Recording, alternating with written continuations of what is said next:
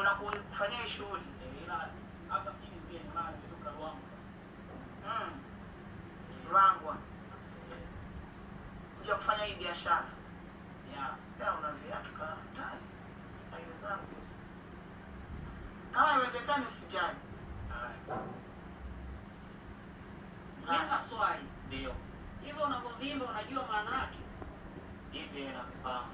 Okay, kama hiyo unaimba ina maana yake ni nini? Yaani Mary ni ya kwako, alafu Mary ni ya kwangu. Sahani ni ya bibi. Wanasema bibi, mapenzi yako na ya kwangu ni ngumu sana. Mapenzi mbona haikuwemo kwenye Teri na Mary?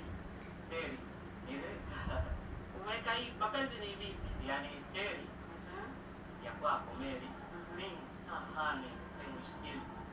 Kumbaliki ya mapenzi yako na ya kwangu ni ngumu sana kusikia. Ikiladi kale kila ye kahani dene hii. Nasema hii ni hadithi ya kuhusu kike na kiume. Kiladi ni mwanamke, kiladi ka. Ni mwanamke. Endelea, niko hapa.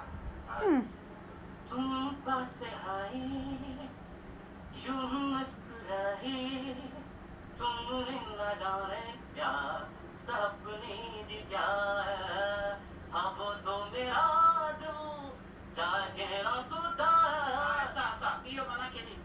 ये तुम पास आए maana tulipokaribia tuone na jani kwa kananisha tabasamu fulani hivi na kia karu hai maana kuna kitu kinatokea Sasa, haina shida. ya